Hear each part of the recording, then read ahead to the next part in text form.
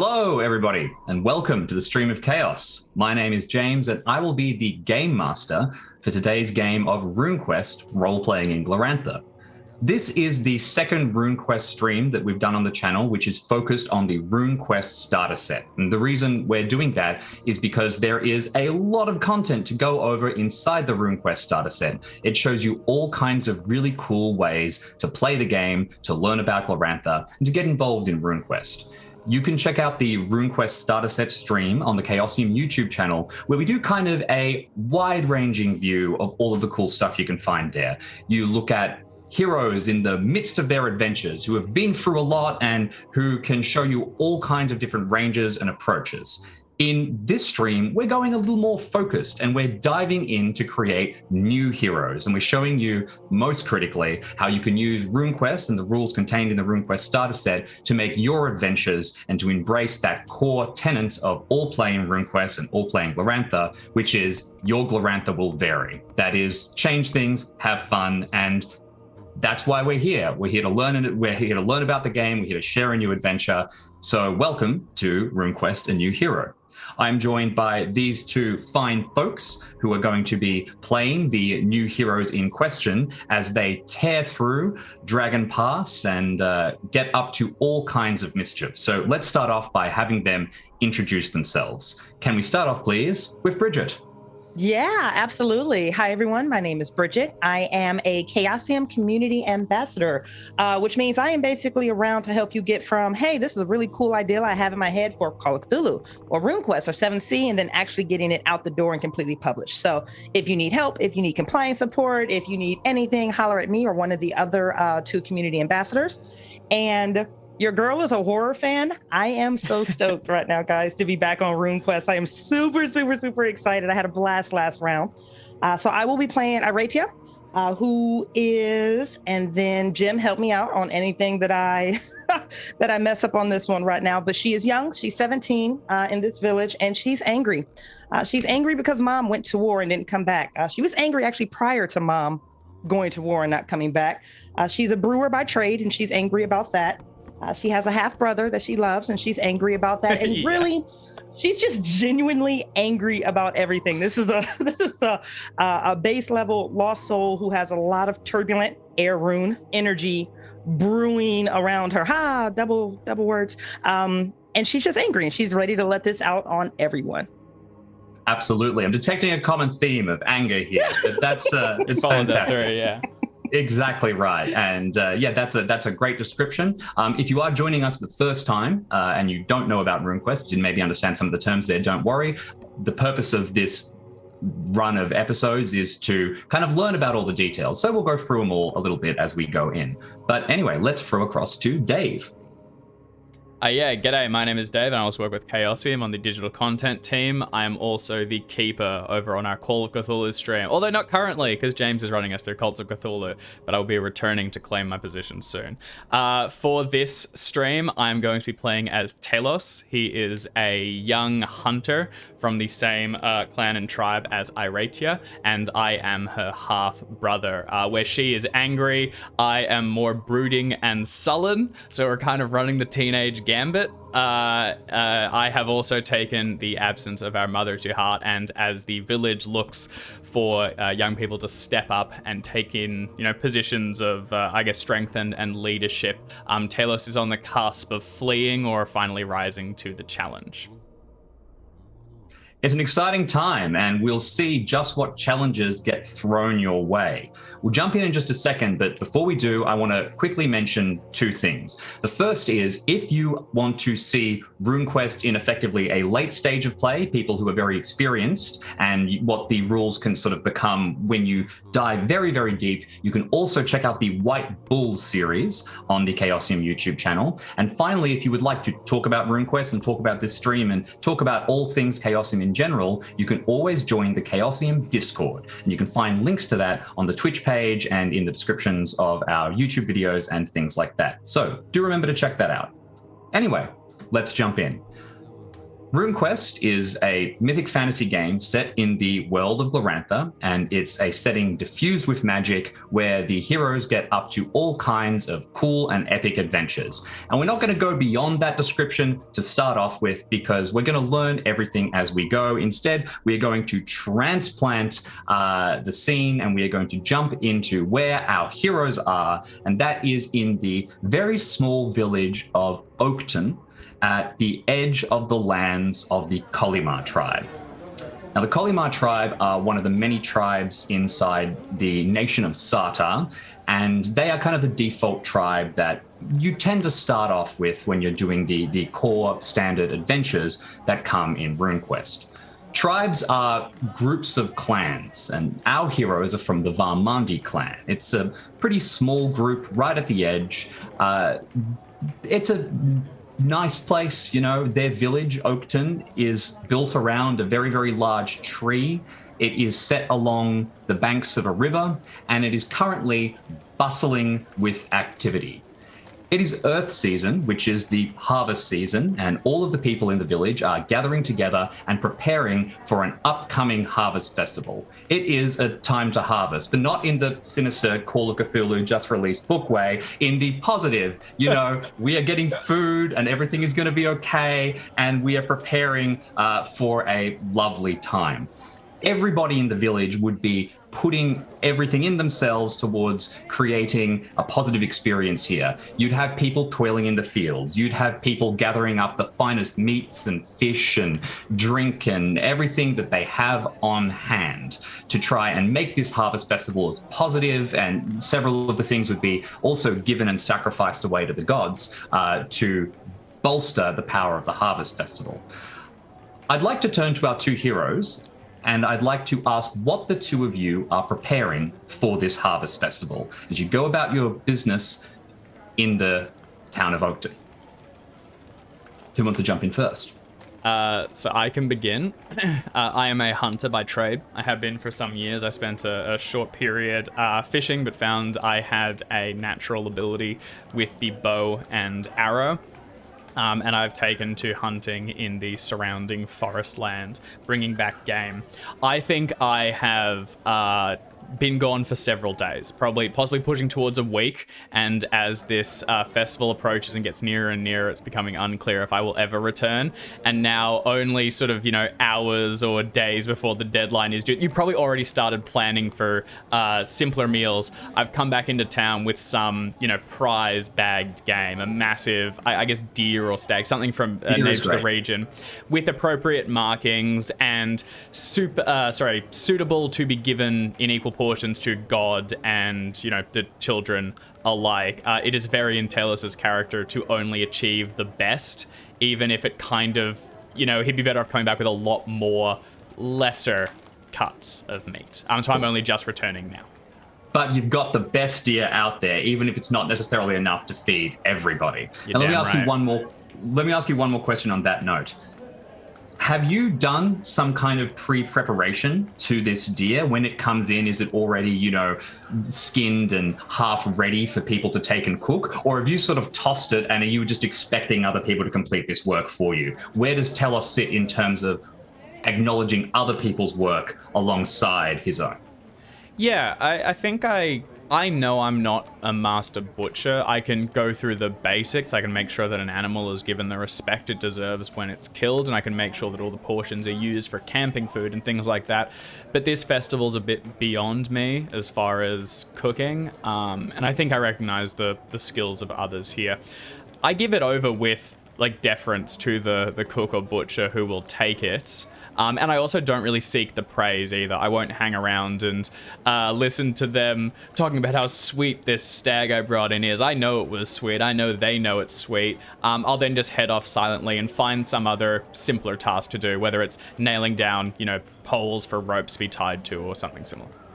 And there is absolutely a lot of that to do. You head over to the cluster of houses. Like I said, Oakton is a very small town. It's basically just a cluster of houses in a ring around this central tree. But you could hand it over and then go off and then continue to work. Around these houses, though, you'll probably draw close to our other hero, Iratia. So what do you think you're doing? What are you preparing? Yeah, so she would know that this festival was coming. Obviously, this is something that comes around on a calendar. So as a brewer, she had all of her stuff ready months ago. Like, her whiskey has been sitting in these aged oak barrels that are local to the area. So all the booze has been ready because that's not something you can just kind of crank out overnight. But she's equal parts decent brewer and cook. So what she's probably doing right now is helping them prepare for these mass meals, because preparing for a small family is a lot different than preparing for the community, the town at large. So she's probably in somebody's kitchen, ruining everyone's day with very specific instructions. That doesn't belong there. This is not how this works. What are you doing? Get out. That type of vibe. Are you a full, chef? Are you flinging plates across the room and shouting at people? It depends on the mood. The first 15 minutes, she might just be in the best mood ever, but then something comes in weird where like something isn't salted correctly, and then she's on fire for the next 45 minutes. It all depends. It's a very turbulent kitchen right now, for sure. The food is going to be phenomenal, but it's a very turbulent kitchen right now. So let me ask one other question. Oakton is struggling a little bit. I mean, the whole of the Kolimar tribe and the whole of Dragon Pass are kind of struggling at the minute because in Dragon Pass at the moment, it is a time of civil unrest and war. There has been something called the Sardarite Rebellion, and the nation that you are part of has been trying to kick out the Lunar Empire, which are a very powerful group who came in and who basically occupied the region for a long time. Your village is quite deserted at the moment compared to what it would usually be, because as has been mentioned, a lot of people went off to war. Your characters shared mother between them. We'll come back to that in a second. But the point I'm trying to make is, without so many people, supplies are a little, harder to come by. It's not as relaxed here in the village as it would usually be. And the Varmundi, living at the edge of the Kolimar lands, they struggle a little bit as it is. They don't have a lot of land. Given this harvest festival is important, are you burning the limited supplies that you have, or are you being a little stingy with it? What do you think your temperament would suggest? She's not a very smart person, but she's just very passionate. So mom, in the rare event that mom comes home on this particular festival, it has to be up to par. So it's burning candles on both ends, reckless abandon, no resource management whatsoever, unless she's corrected. No, so I throw everything at the wall. I think that you have the authority here. Like I mentioned, there's not really a lot of the senior leadership of the village that are around. So if you make these calls, they get made, and as a result, you go and you're preparing, and everything is getting made and ready. So this is the setting that we have as everybody prepares for the festival, and I want to mention what the centerpiece of all of the celebration for the Harvest Festival is. The Varmundi tribe used to be from an area called the Ormthane Vale, and that's just a little bit to the north. But a while ago, your clan was driven out by a clan from a rival tribe. There was a huge fight, and you were forced out of your ancestral homeland, and you now live here in Oakton. But just over the valleys and hills, to the northeast, is the old land that you once held dear. You were built in an area around a very important statue of Ernalda, the Earth Goddess, and having been driven away, you kind of lost the patron god, or the symbol of the patron god of your town, and you were driven back and you were forced to now live in Oakton. That said, you did take one small section of the statue. A piece of it was broken off in the battle. Just the side of the statue's smiling face, it was the statue of a personification of Ernalda. And in a little kind of Mona Lisa way, there is a little maternal slight smile with a little bit of a cheekbone. And it is built into the center of a very large harvest totem or harvest pole, which is being put up in the center of the town. It's very important. There's wooden filigree all around it. And this is the memory, this is the focus of the land that you once had. And it's bringing that heritage, those ancestors, that spirit all with you. And it's in this totem, which is kind of similar to a May Day pole or, you know, a harvest festival pole that is being put up right in the center of the town. This harvest is going to be very important, and the festival isn't here yet. It's going to be in a couple of days, and it's going to last for a relatively long time, throughout the entire duration of the harvest. But everyone is getting ready for those celebrations at that time. A little later in the day, as the collection of you are all continuing to build, continuing to prepare, I want to throw out one more preparation scene, and that is the two of you at some point, perhaps you are setting up tables, perhaps you are doing some final detailing on the harvest pole, but the two of you are going to get pushed together and forced to work alongside each other. So let's assume that you're both moving a table together and your eyes kind of catch and you're just sent. I want a little exploration of the dynamic between the two of you. What would happen? What is there any glances? Is there any words shared? What is the general atmosphere between the two of you? I also want to, could you describe what Iratia looks like, and then I will do the same so we can get an image of the two. Carrying tables and moving cutlery. Yeah, so Iratia is on the more petite side. If I read correctly about this tribe, we're actually all, well, mostly kind of small, right, Jim? Did I read that correctly? And maybe some of the back. I mean, you're not super well fed, and compared to some of the towering Praxian nomads, yeah, but you know, there's a range. Gotcha. So I'll just cut in with actual descriptions then. So she's about 5'4". She is a tiny woman that has like the broad gymnast shoulders, but she is very lean and very well cut. Hands are burned, calloused. That's either from working with hot water, carrying wheat, moving barrels, cooking in the kitchen. Both sides of her head are completely shaved down. And today she actually did do the center mass of her hair that kind of pops down. So that is at least braided down. So right now she actually looks presentable-ish. Presentable-ish. Maybe that's about it. That's about as good as you can get, I think. That's about as much as you're going to get. But she has that standard scowl, which is going to be a challenge to me to do because I'm so naturally and I'm playing an angry character, so we're going to pretend as hard as we can. But she has that scowl where, like, you know, just look all the time. How about you? How about me? What do you look like? Yeah, so Tellus is a young guy. I picture him with, like, sort of just coming in with that patchy stubble. He has a fairly terrible, like, medieval bowl cut sort of looking thing, which he's done himself by just hacking off pieces while he's traveling. Very form over function. Function over form. Yeah, that's right. He dresses in a lot of mottled sort of like greens and browns, very similar, you know, are taken from the forest. And he'd still have kind of like a darker stain over one side where he was carrying the slain stag into the festival, and he hasn't really taken the chance to clean that off, just, you know, get the worst of it out and leave it to turn to brown. And the item of note that he carries is he has slung in like an oiled and waxed cylinder over one of his shoulders a canister to carry his bow, and it is very much his prized possession. He would have already like broken it down by the time he came back to Oakton, and he won't take it out again. He doesn't keep it strung or anything, but he always has it with him, even in this place where like it's clearly not super necessary to be armed as he's surrounded by friends and family. He has it and he's ready, sort of prepared, overly so. Some great descriptions. So we have these two figures who end up moving tables around the harvest pole. And what is the dynamic like between the two of you? Well, no matter where Telos picks up the table, it's the wrong angle. So she's constantly like moving fingers this way or nodding her head this way. Like, if you go that way, we can distribute the weight better. But at some point she will say, just cutting through the silence of the natural gestures, that was a decent stag you brought in. You saw it then? I did.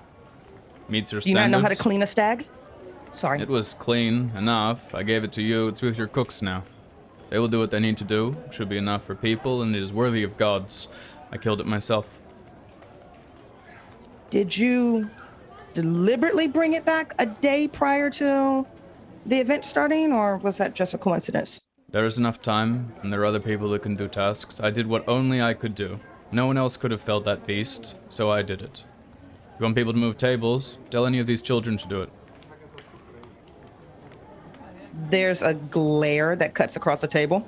There's a moment where you can see the hairs on her knuckles and on her arms kind of raise a bit, like she's getting ready to jump down your throat about that one, but she just barely keeps it in check and just continues moving tables.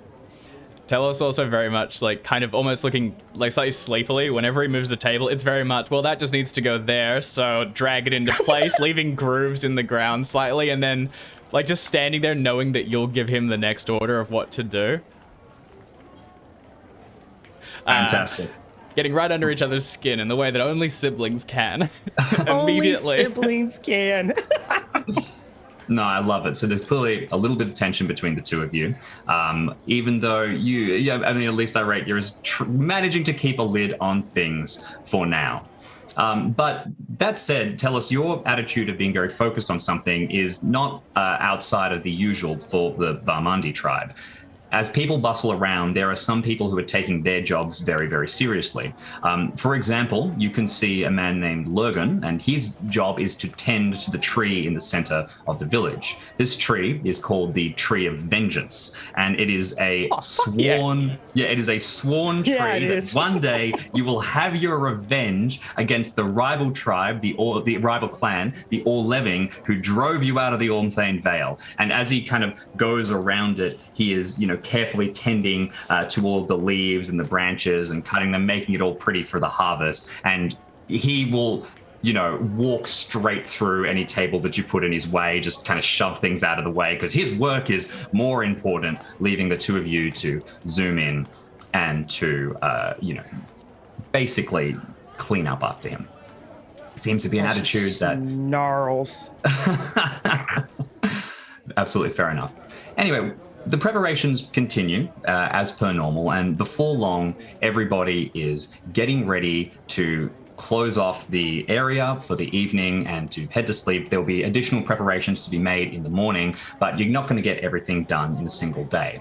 One of the last things that you do is you gather out these huge cloth tarps and blankets, and you cover everything, including the harvest pole, to protect them from any rain. There's some storm clouds on the horizon. You want to make sure that nothing too serious happens, and then everyone is going to head off and get some rest. As we cover up the harvest pole and we see that sort of like half smile on the statue, Irati and I's shared mother was a priestess of Analda. Is that right, Jim? Absolutely, yes. Your shared mother's name, for reference, is Hindala Stone Sister. Stone Sister for the statue of Analda that was in the center. And she is a priestess of Analda who went off to fight in the rebellion. You haven't seen her since. I think it's just a moment of, sort of, as Taylor's narrator, get under each other's skin a little bit and moving things around. I think as we go to cover it, though, I definitely just find a moment where I just look at the half smile and think of the people that aren't here for the moment. And also kind of I know why Iratia takes so much pride in this festival and takes it so seriously and has to go all out. And I think we do have that shared goal. Oh, absolutely. When you look at the statue, do you think it looks like your mother? Maybe is there a maternal aspect to 100%. it? Oh yeah. Well, I mean, it's only about that big, so it could look like anything. That's the beauty of Mom. it. That's art, right? Absolutely. As she's watching Telos go through this, she will ask, "Do you plan on sleeping in a bed tonight, or will you bed with the goats per usual?" That's the best she can get at an invitation to actually come home with her. It would probably do well to clean up, make sure everything is presentable for your festival tomorrow. If there is a bed still, I'll take it. Good, because you smell of goat. She'll flip her hair and motion you to follow. Yeah, and I will. Fantastic. All right, both of you heading back towards your home, Iratia. Do you want to describe the setup that you have? Because I imagine, it's the brewery, it's the bar for the town. So would you like to give it some character and talk a bit about it? Oh, I tell you what, can I kick that back to you just as I'm more unfamiliar with the world? Let me kick that back to you and then maybe I can ad-lib onto it. Yeah. Well, I mean, feel free to throw in anything at any point. There doesn't need to be any large detail. I mean, it's probably just a building set up alongside the river. You are close to the small town of Apple Lane, which means there's probably some cider presence. Maybe you've got some engravings in the wood outside of some of the things that would be served, ciders and the rest of it. But otherwise, it's just a pretty standard building. Now, if it hasn't become incredibly clear, a grand adventure is about to start, and we're going to have the moment which kicks off all of that just very, very shortly. But of course, first of all, we're going to get an evening of rest and a chance to just see our characters a little more.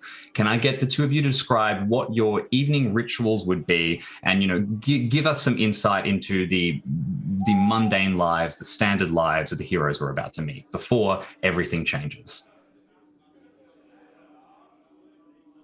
I'll jump in. I think in coming back, I brought this stag, which I've given over to the festival as a gift to an elder into the harvest and the benefit of the community. But I've also taken a second kill, a piece that I've kept sort of bundled and not hidden away, but just, on my person. And now as I go back into a spare room or warm cellar, whatever has been given to me, I will unfurl another, not quite prize kill, but a fine hare or pigeon or something. And I will go about marking it and giving it over to my god, Yinkin, as a sacrifice, as a personal sacrifice to him. As I have only recently finished my initiation process, and it's all still quite new and very personal to me, as I think I'd probably be one of the only, initiates or worshippers in the village. And I don't have a house of myself. I tend to just camp or crash where I can. So I do not have a dedicated temple or place to pray. So it's a very small and intimate scene almost of just making these small markings and giving it over and then eventually passing it to sleep. It's an intimate moment which aligns perfectly with Yinkin the Shadow Cat, who is a god that exists slightly more attuned with the natural world and the way of beasts than perhaps civilization and the community of a village. What about yourself, Iratia? What is your evening like? Yeah, so Iratia would, she's very meticulous. She's very clean. So the house is still very clean. Well, at least the dwelling, the home that's attached to this tavern is still very clean. So she would come in, change clothes. She's not sure if her brother is hungry, but she feels it's kind of like her responsibility to provide him food. So at some point she would she'd come in, change clothes, and she would quickly put something together. And then she would just slide it across the stone where the metal plate claps on the back of the cellar door, so he knows that it's there. And then there's the sound of a fork or some type of cutlery just dropping onto the plank. Prisoner. feed the puppy in the basement. Yeah. So after she's going to finish doing that, this is a very emotional time for her. So she, with her water rune, she's actually going to go out. You said that this location was close to the river? Absolutely. It's just along an offshoot of the creek, which is a large river that goes through Dragon Pass. Perfect. So she's probably going to sit out there, cross her legs, and do everything she can not to cry. She's not an adult. Why is she making adult decisions? She keeps making decisions and then looking over her shoulder for somebody to correct her or do better, but no one is doing that. She really, really, really needs her brother here full time, but she doesn't know how to relay that to him, and he's not here. Is mom ever coming home? Why is she in this position? And chances are, just with that turbulence of emotion, her fingernails are going to dig into her palms until, you have the indentation of it. It might start bleeding if she doesn't calm down. And then she's probably just going to cry as she's watching the sunset over the horizon of this river.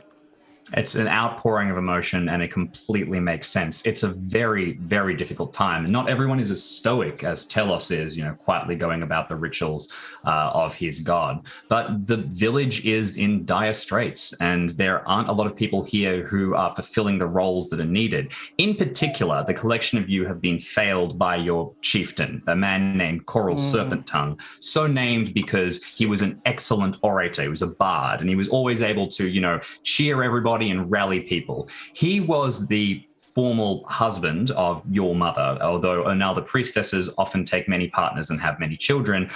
He was particularly close to her, and he has really shrunk inwards with her absence, and is really, really kind of struggling and is not living up to the duties that he should be. Collection of you will return, and you will, stay in you will return, sorry, Aradia, eventually, once, the sun has set and you're trapped alone in the darkness, and you will both go to sleep. That evening, an interesting dream will come to the both of you, and it will both relate in some way about your mother. It will relate to a memory you have of her. I'll leave that to the two of you about exactly what it is. Can you give me an important memory, something central that is about the relationship you had with your mother?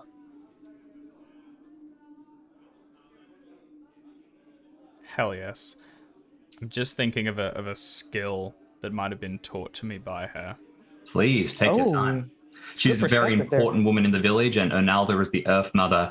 She, her domain as a goddess is the harvest and healing and, maternal protection. So she has a very wide range. She's one of the most important gods in the pantheon. I think I've got mine. So my father, I don't really remember. He came here very briefly. The only thing I have to remember him is the bow that I carried. And even then, I don't actually remember him giving it to me or anything. I got it from my mother when I was old enough to draw it and use it. I think the memory that I have is her beginning to teach me independence. I think when I was actually young, I was a very hold on to the coattails of mother and follow her around kind of child, always in her footsteps and never going my own way. And I think my memory is her taking me out into the under the dappled leaves of the forest, and her showing me the tracks that animals leave, and talking about these are how you can find your own way, whether it's to prey, to game, or to find your way home, and teaching me to begin to teach me to track, and independence that came with it, that I could find, like I could make my own way through the village and always find my way home with that skill. That's fantastic. Oh, that is beautiful. Well described. Yeah, I like that. Iradia, what about you? What's a memory that you have?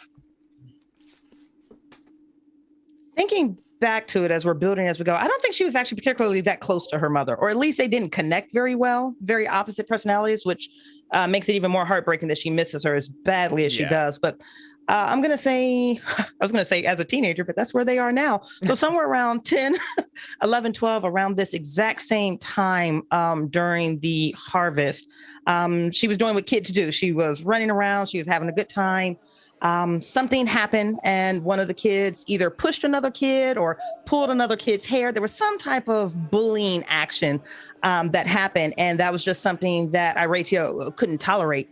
But she also doesn't know how to manage her emotions by any means. So she corrected the bully aggressivly. That was the first time. That was the first time her lightning ever manifested, but it was just completely passionate. It was raw. Oh, wow. God knows how that kid is doing now. I'll throw that back at Jim. But she remembers being, pulled off of this kid, put into a room, and her mother having a conversation with her about, it is okay to be passionate. It is okay to feel things. And it is always good to, defend the underdogs. But you have to tone this down somehow. And that always being kind of a point of like, yay, she was proud of me, but she also admonished me simultaneously. I'm not quite sure how I feel about this. And then plus Bridget doesn't know how that kid is. I'll throw that to Jim.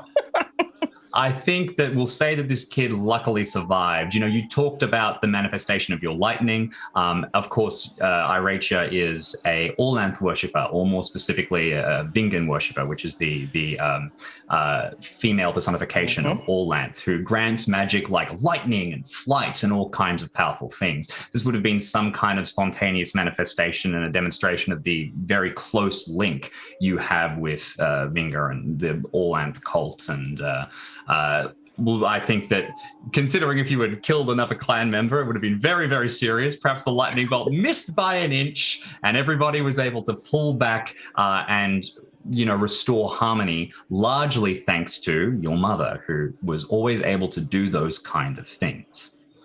Now, as the two of you are having these dreams, perhaps you've had them a few times in, recent months and even years. It's something that you remember fondly and something that you've been seeing more often since your mother has been gone. These dreams take a somewhat strange turn. Right in the middle, where you would have expected your mother to come close and to be providing you with all kinds of, encouragement and mentorship, she fades back for a second and the dream starts to go dark. As if it is just losing color and fading into shadow. And the thing that remains is your mother's face, and specifically a smile similar to that is on the fragment of statue inside the harvest pole. And the last thing you see is that strange broken smile, which maybe curls very slightly into some kind of leer. The next morning, when the two of you awake, you will emerge to a village that is being pounded by rain. Everyone's a little grumpy about it because it's not ideal for everything to get wet right before the harvest. This much rain is a problem, but it's not a major problem. It's just going to make the work more difficult. As you run outside, you can see Lurgan still lurking around the tree, grumbling about everything.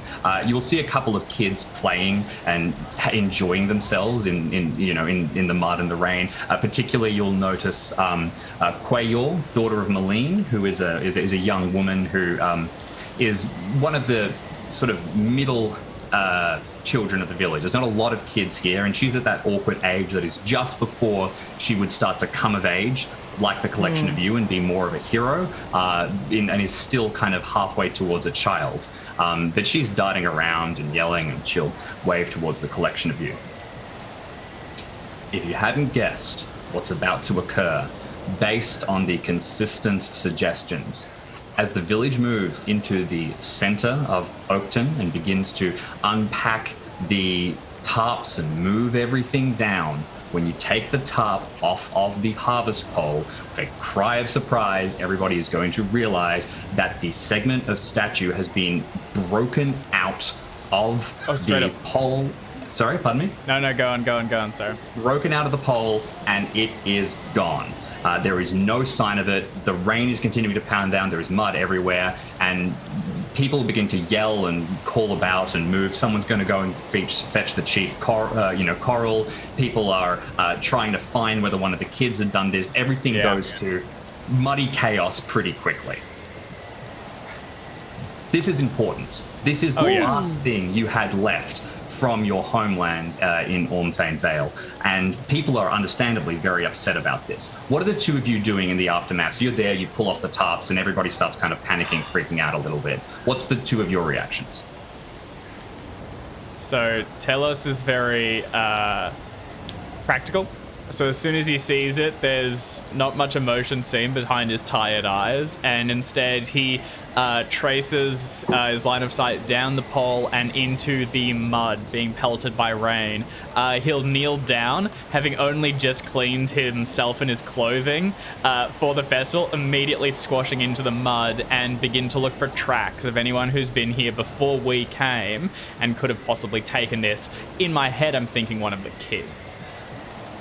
That is an absolutely fantastic idea. So you bend down, you start to look through the mud and the rain. Now, this is obviously, it's raining, so tracks are pretty hard to get a hold of here.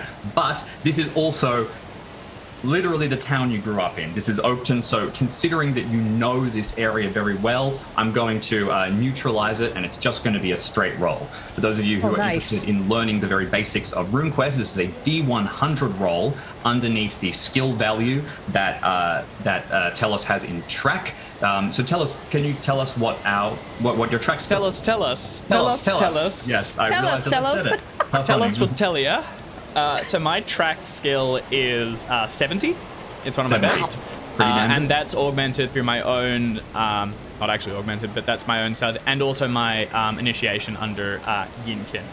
I'm just thinking of a passion I can tie to this, and I would like to suggest clan or tribe for being like, I think clan we said was going to be like this local. Clan is closer. Oakton. Clan is the lower level. Tribe is the kind of larger segment. You can think of tribes as like a state in a larger country, and clans as like the city you're from, or the town you're from, or the village you're from. So this is more appropriate for clan. And augmenting, for those who are unfamiliar with the RuneQuest rules, is when you use one of your passions or your runes, which are elements that define your character's personality and that you develop in character creation, to boost the value that you have in a skill so that you have a higher chance of succeeding, and also a higher chance of getting a better level of success, which you do by getting, you know, a very low result. So you want, if you get like under a fifth of what your skill is, you'll get a special success, and that will have additional benefits.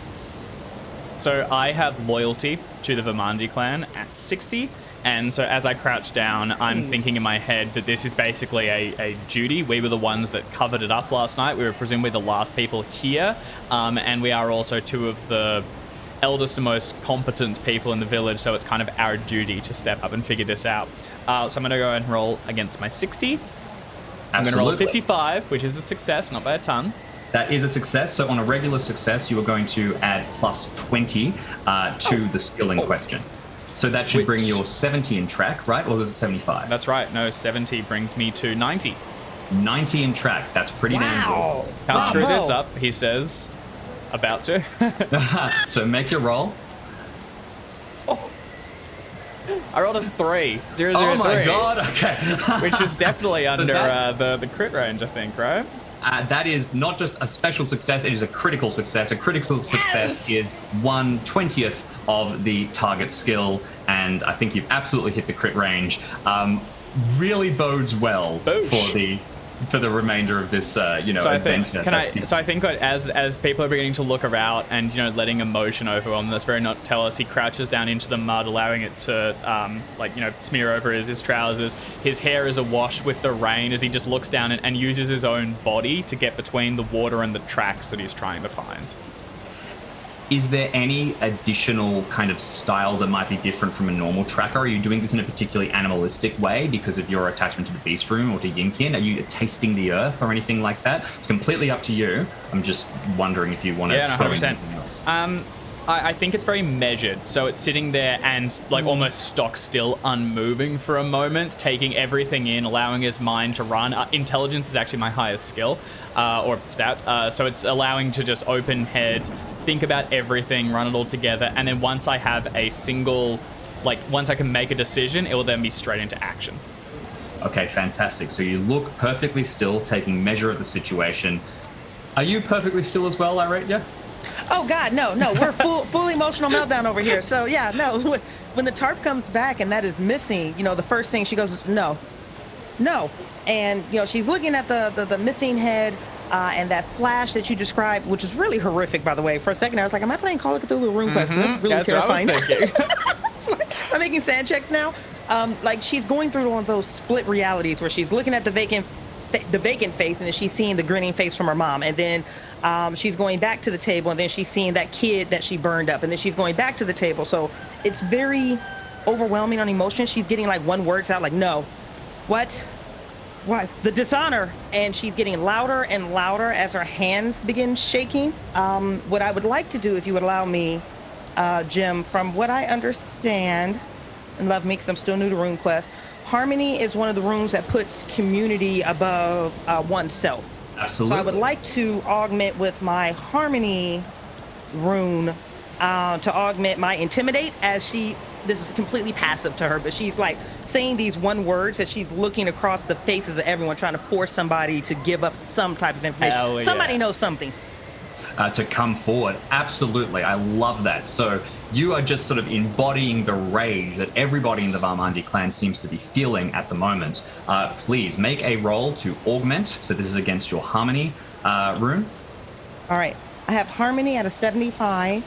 I'm rolling with a digital dice roller that didn't populate. It still didn't populate. Are you seeing it on your end? Not seeing it on my end. Make sure you click the dice. Looks like I'm rolling physical dice. Physical dice is fine. Those cool physical dice you showed us before the session. Oh, right. The old ways. Ways are the best ways. Are the best ways. All right, so we're augmenting on the 75. She hit a 22. Oh, that is fantastic. So that is not a special, so it is just going to be a flat plus 20 to your Intimidate. What is your Intimidate skill?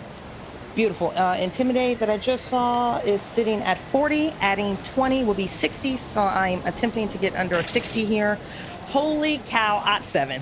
I don't think that's a critical, but it might be a That'll be a hard. special, I think, right? It's a special at least. Yeah, that's fantastic. So our heroes leap into action. You dive down and, then move incredibly still and start to go through and figure out what exactly the tracks are. Meanwhile, Iratia is shouting and yelling and spinning around, and everybody in the village begins to draw back a little bit, but also you are displaying rage. This is a righteous emotion, and you can see if anyone's going to solve this problem, it is you. And you are clearly going to earn trust from some people. In particular, Lurgan, tender of the Tree of Vengeance. His epitaph, epitaph, I think that has a funeral connotation, but his title as such is New Grudge. It's not a new grudge, it's a very old grudge, but it was new when he got the name. So it's held that long. He will join you, and he is shouting and he's yelling, and this is an outrage. Whoever has done this, come forward immediately. And you're able to confirm that it appears that nobody in the village is even remotely guilty or suspicious. They're looking around just like you. Some of them are getting angry just like you. Little Quayor is kind of like darting about, glancing, shouting at people to come forward as well. Good girl. Exactly. Get him. Meanwhile, tell us, as you get down, you start to uncover a few tracks, and with a critical, you're going to get quite a bit of information. The first thing you're going to find is absolutely there are sets of tracks. 2 people came over to here and they got underneath the tarp and they got to the harvest pole and they started to, pry it off and take it. You can actually see, and the harvest pole is all wood. It's very ornate carved wood, and there was a section of stone where the smile was put in. They had to cut it out, and there's like marks of some kind of knife that has really wedged in because the wood was holding it in pretty well, but they've really damaged the pole to break this thing out.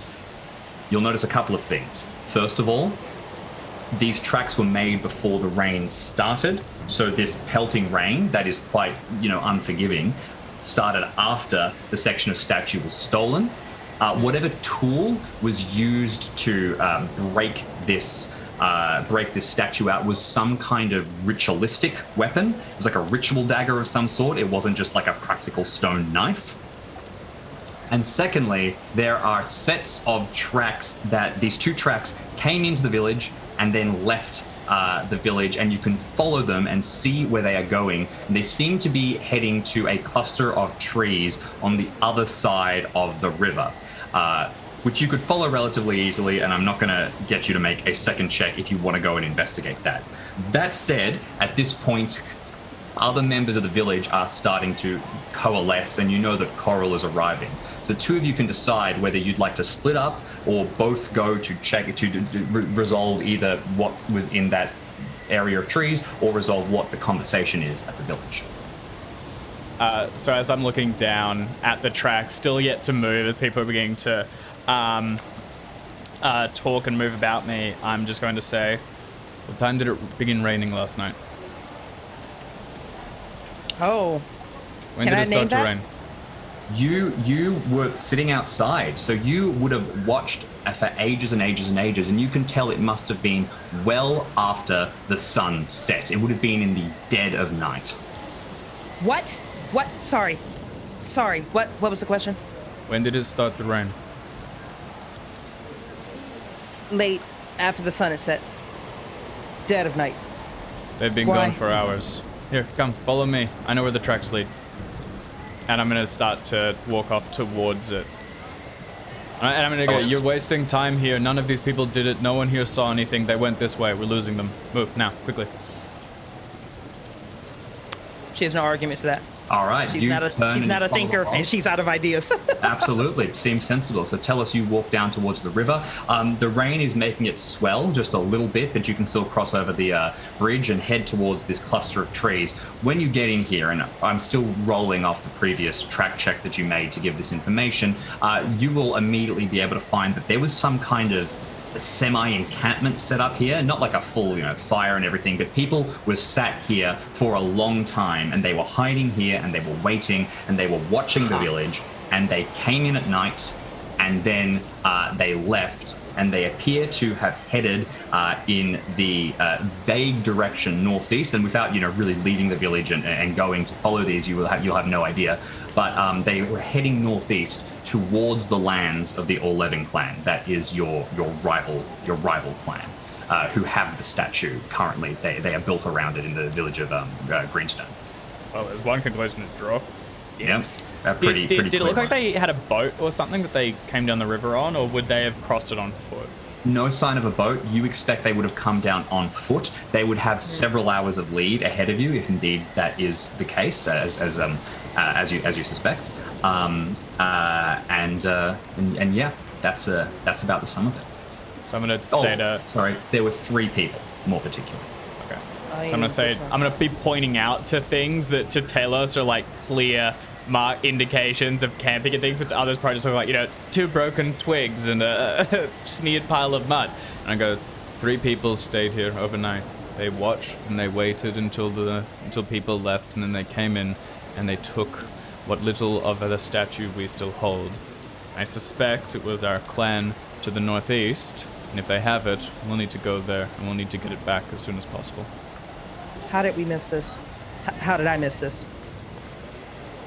This isn't your fault. There were others that should have been watching. We should have had lookouts during the night. We should have thought Then that I they should have might assigned come. them. Why would they? And she's like muttering. She's jumping languages right now. And she's walking in just this absent direction that he maybe pointed at. Because she pure emotion on wheels. We need to speak to Serpent Tongue. We need to get his permission to go. If this is another clan, we could make things much worse if we go there now, and if we act with hot heads. We need to calm down. We need to do this sensibly. What? Ask permission for what? They stole what is ours. It was dishonorable. There's ways to go about this. We haven't spoken with them in years. If we go now, we could start a war. We don't need more conflict. We've already lost most of our young. Most of the people that are good fighters, we're the only real ones that are left. We need to be careful how we go about this.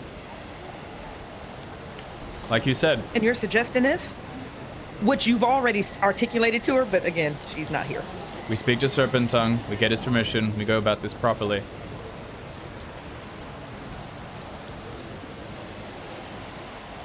Fine. Fine. She pivots and starts heading back to town. Talos gets up and trudges behind her. Back over the bridge, back into the center of town, where at this point, it seems like everybody in the village has gathered together. Now, of course, the people here are already depleted, as I mentioned, because so many people were away assisting in the Starbow Rebellion. And then, additionally, a lot of people would be out and in the midst of traveling to get to the town from the various hamlets and homesteads that would be scattered around. That's right. Yeah, so as you look about, there is not a real collection of very influential and important people here, and it becomes really even more clear to the two of you that you are the only people of heroing age. Everybody else is a little older, or they're a little too young, and people are sort of shouting, but there's a lot of emotion, a lot of fury, and very little planning or capability. The loudest voices and the remnants of what the sort of clan ring would have been at some point, the actual decision makers, seem to be Coral Serpent Tongue, who is, standing there, and you get this first glimpse of the man. He is, he would have once been, as I mentioned, a sort of a bard, an orator. He would have been this great, very handsome, very personable character, but he's kind of shrunken, and he looks very, very tired, and he's started to stoop. He looks just beaten down and kind of timid. You've also, of course, got Lurgan, this, older man, great big beard, the tender of the tree, who is one of the loudest voices in terms of, we need to figure this, what's happened, figure this out. And finally, there is also Taylok Greenthumb. You would know him. He is a Bantar worshipper, that is the god of the plow, and his primary concern is the harvest part of the harvest festival. And he's draped with all kinds of cloths that are keeping him dry, and he looks vaguely panicked. And he seems to be talking about how the rain is damaging things and wondering if this is punishment for losing the segment of the statue that has been inflicted down by Arnaldo. The timing That's does kind of exactly line what up we for need. that, don't it? Shit. God. Okay. As we return, Talos is very much following Iratia and trusting her to lead in talking and handling the elders. So you've gotten the information from Telos and Iratia. As you walk in, the eyes of the village turn towards the collection of you, and Coral will say, "You've arrived. Did you spot anything? You were searching around. We need to figure out what happened." She gives him this deadbeat, cold stare for a minute because you're an adult. You should be out here doing things. It shouldn't be the kids out here running things. What the hell are you doing? You're the adult. So after she gets that off of her chest non-verbally, she's going to say, my brother, Telos, has information to share. Thrown back towards you. I go, we have lost it, and the, look at the name, sorry, and the 11 have taken it. They took it last night. They have it now. We should There get is back. an uproar. People begin to yell. Very quickly, tell us, do you do well speaking in front of this many people? Because there was definitely a moment of everyone went silent and looked towards you with bated breath. Yeah, he doesn't get stage fright or anything, but he's not one for sugarcoating things or saying them in anything but just the blunt truth. Yeah. Fantastic. Well, no stage fright, but you say it briefly, and you don't try to temper any anger, and everybody is furious. Lurgon starts yelling, we need to respond. We need to gather up people. A raid. A raid is the only option, the only way we maintain our honor. And everybody is kind of shouting. Serpent Tongue starts to kind of try to calm people, but whatever great voice and charisma he had is just sapped away. It is gone, and no one is listening to him, and he doesn't seem to be trying that much. He's kind of patting at the air, and everyone is getting more and more heated. You hear little Quayor yell, raid them! Exactly. He's my favorite. I love her. I think I lead. Still there, statue. Yep. I think I lead across to Iratia and go, I was wrong. There is no patience here. We could have just gone. So is there something that she can, because this at this point is getting, she loves anger. That's her happy place. But this is non-productive anger. This is, let's raid them with whom? But she can't yell over this crowd. Is there something that she can dramatically smash? Doesn't matter if it's a chair, if it's a beam, if it's something that she can shatter loudly to get everyone to come down. Earthenware jar placed on a nearby table. You can absolutely grab that. Okay. So she will grab that in this grand theatrical gesture, bring that down as hard as she can on that table, making as much noise as possible. And given her, there's probably a thunderclap somewhere that accompanies that. Yeah, it's not her, but it is her. We're in the storm. We're in the storm. Is it the sky? Is it her? She doesn't do really well with controlling her rooms. They more control her, but she is going to do that to get everyone silenced. And They she's do. Gonna say, Lurgan, you suggest a raid with whom? Who shall we assemble to raid them? Everyone spins towards you as you say these words. Lurgan kind of turns. You can see he immediately goes to be like, me, I will, and then kind of the reminder of his age sits upon him. He is just too old to be doing this kind of stuff, and he sags somewhat. His eyes glance about, and then kind of we can't raid. Your anger is righteous, Lurgan, but your strategy is false. And she's going to point over to Taylok, stop that. That is not what we need right now. Our great leader, you had something to say? You turn back. Coral sort of looks towards you and nods, having been given the floor. He says, we need to think here. We need to make sure. We can't leap to hot heads. The Orlevin clan, they are part of the Milani tribe. They are not Kolimar. If we start a conflict, we could lead to a tribal war while we're still meant to be battling the Lunas. This could be disastrous for everyone involved, and we frankly just don't have the soldiers to support it. We did not start the conflict. They did. What is your recommendation for a response? We don't know that they did. We don't know that yet, and we do. Maybe it's a misunderstanding. Maybe it was. I don't. There was We no need to be- misunderstanding. I know where the tracks went. It went towards them.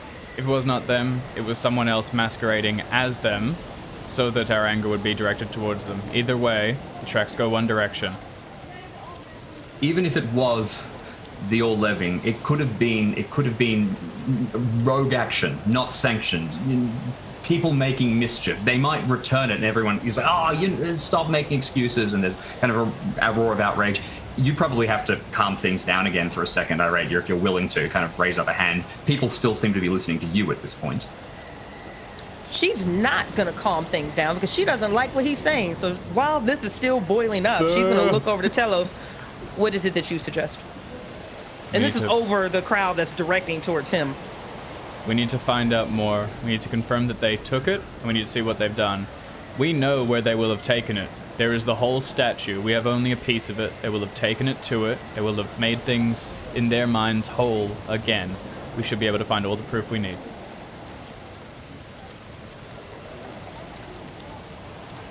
Now she will try to get you the crowd again and make some type of grand announcement that Bridget doesn't think she can roleplay at the moment.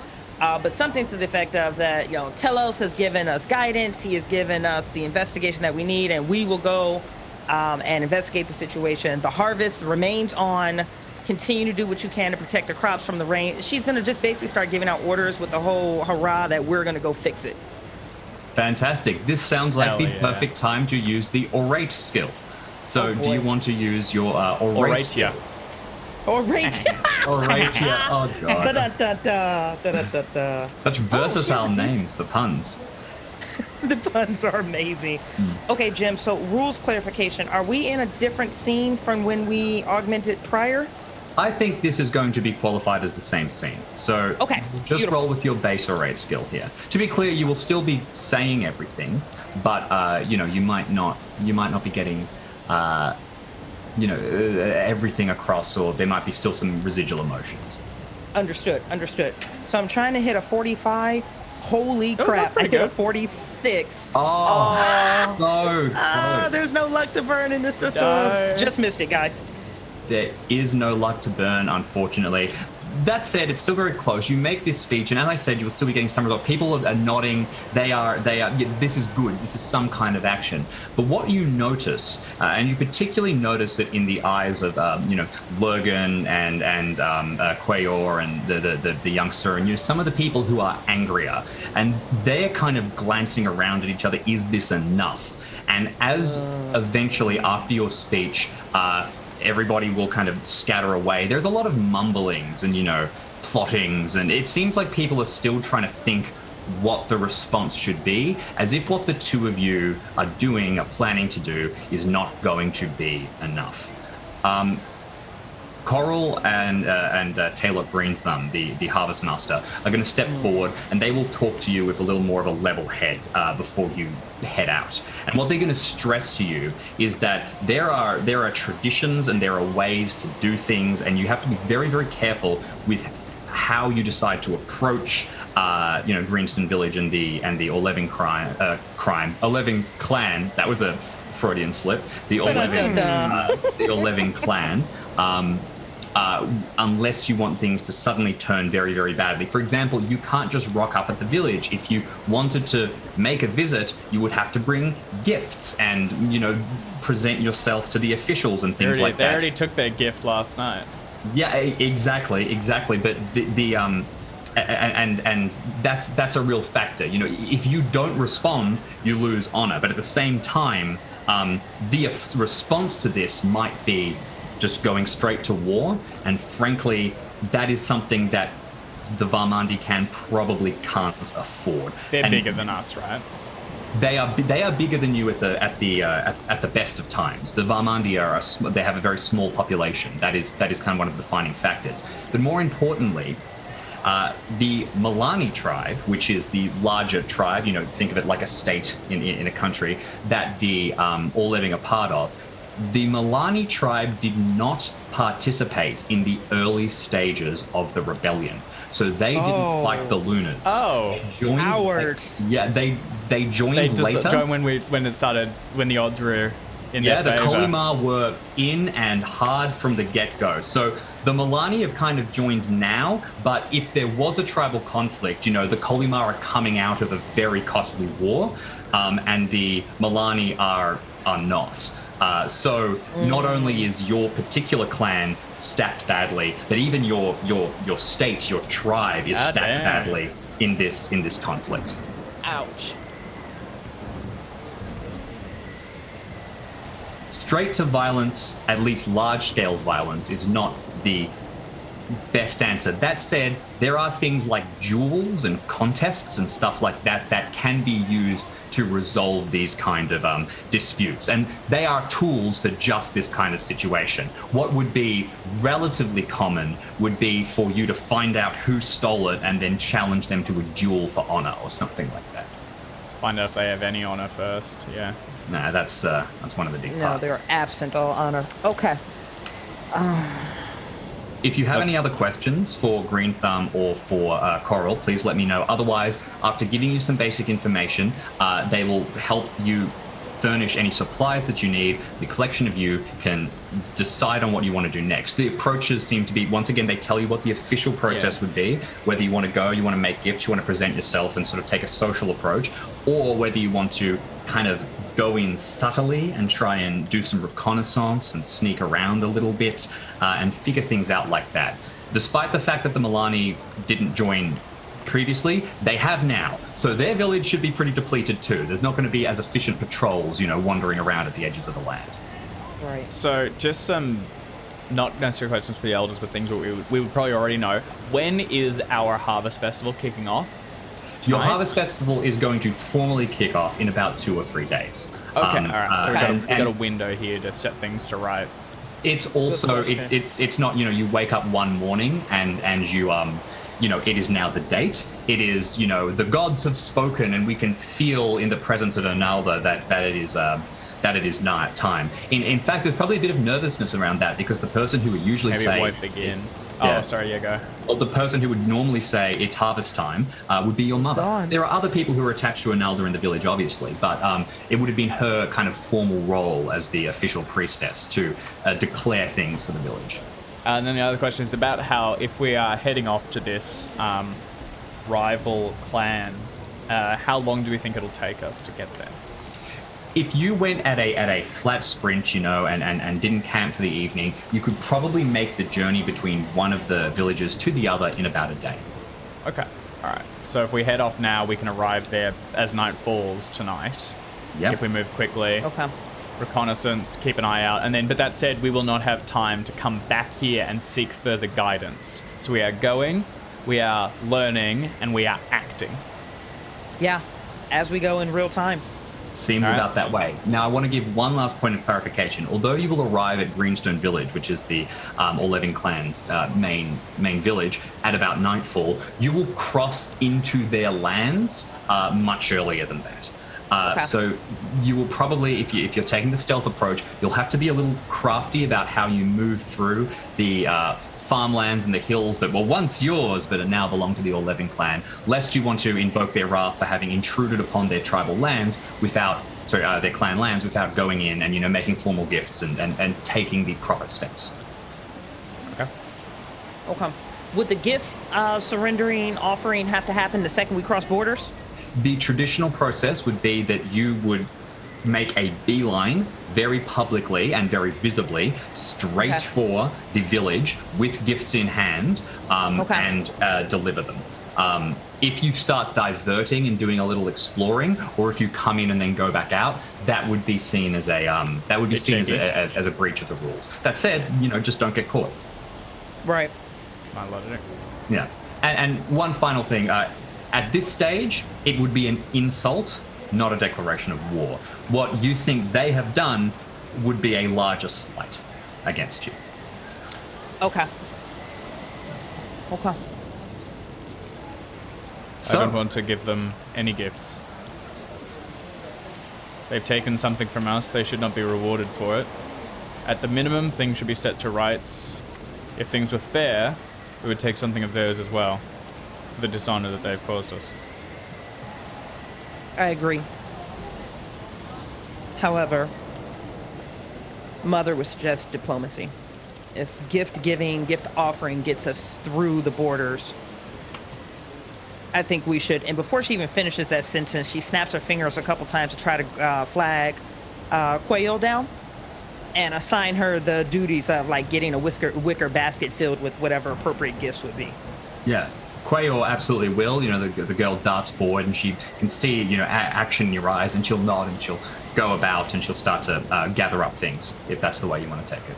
Now, to be clear, the gift giving, it's, you know, it kind of sucks. You, as I said, you're pressed for supplies. Oh, yeah, this is more supplies. Swallowing a lot of pride. Probably what gets given is a big chunk of your deer, Telos, like your prime prize. God damn.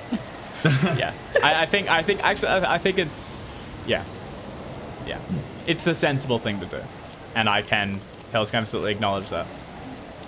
And reverse acknowledgement, it stirs a fury in me as well. Oh yeah.